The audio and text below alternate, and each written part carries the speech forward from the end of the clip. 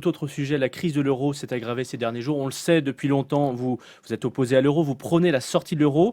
Si vous étiez à l'Élysée en ce moment, aux manettes, vous feriez comment pour régler le problème de la dette en Grèce notamment?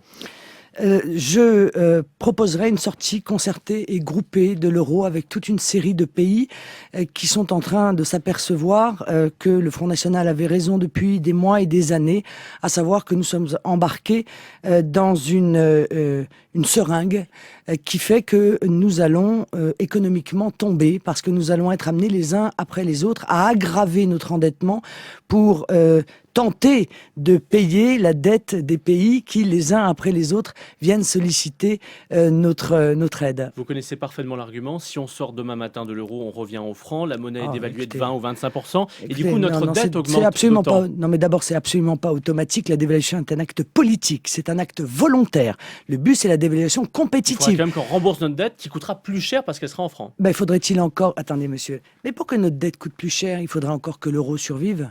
Or, l'euro ne survivra pas. L'euro est mort d'ores et déjà et on le sait. Mais pour le sauver, on est en train de sacrifier les peuples, que les Français soient conscients que les plans d'aide qui sont décidés aujourd'hui, ce sont les impôts de demain matin.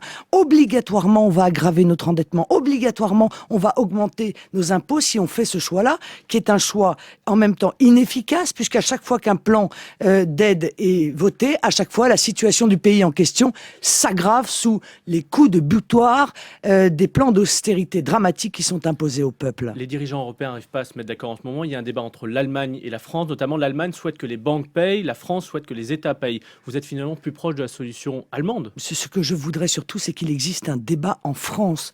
Il existe ce débat en France. Où?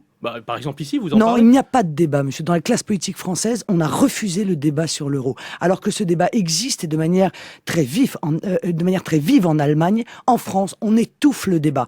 Je trouve scandaleux qu'il n'y ait pas un grand débat national sur le sujet de l'euro, sur le sujet de l'endettement des États européens, sur l'avenir de la zone euro avec les Français.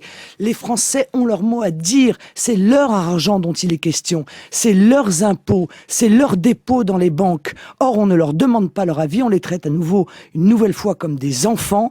Et cette situation est inadmissible dans un pays démocratique.